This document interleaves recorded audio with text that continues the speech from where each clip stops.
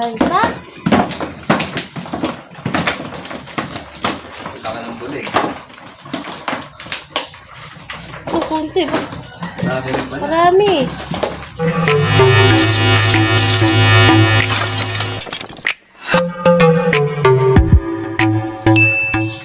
Yun, Kachamba, good morning.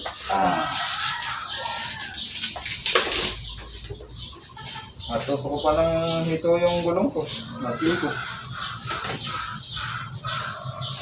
Yan, nakurente ulit ako. Pang-apat na beses. Alas 7 na yata. Pakita ko na lang ulit sa inyo yung gulong. Kachamba. Yung vape ko ba, nasan? Ang ayasin. Parang konti lang ay huli ko. So, hindi lang ako sure. Pakita ko sa inyo.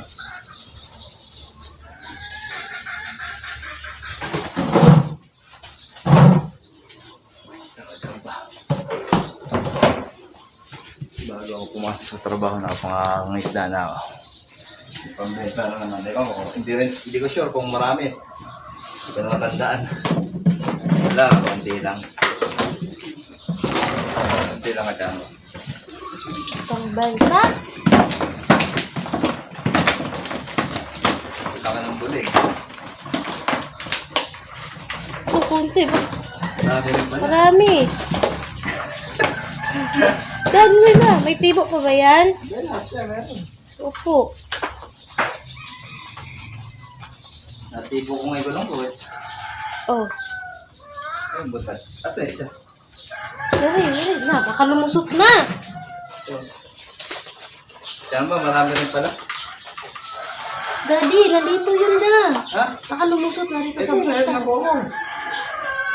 Meron pa ba dyan? Meron na pumunta dito. Hindi naman nakalalo eh. Sa aparato ko. Luma na ito eh. Ano yung aparato? Anong sabi ko? Hindi. Bakit ano ang hindi mo kunin? Ito ko naman ko pitulap yan.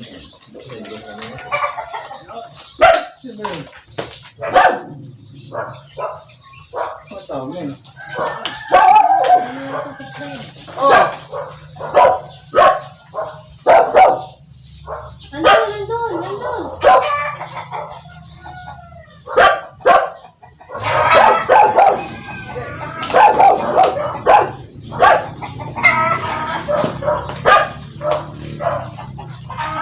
Dagan na. Takpan mo muna.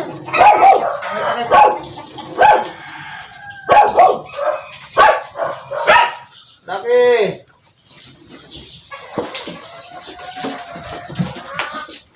Dali. Shh.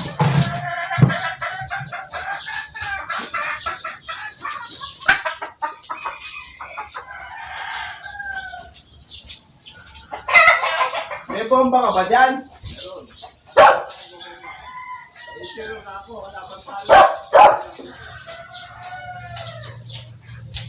Wala ba nakatalon?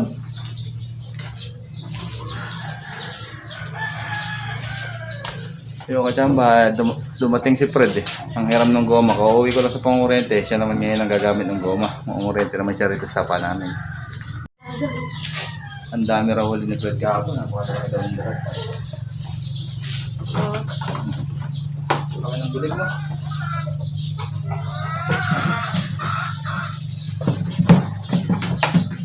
Marami pang wala. Dami rin. Kasama ng bulig mo, nakahuli ang dalawa. Kaya 4 na kilo naman yun. Ang dami nito, tatanggal naman ng tibo. Pakita ko na lang sa inyo kachamba, tapos tatanggal naman ng tibo. Ano? Yan, ito, yan. Higit naman siguro 4 na kilo o 5 kilo. Babay na. Pasensya na kayo, wala talagang video sa pang-oriented. Nag-iisa ako. Yan na lang, bye-bye.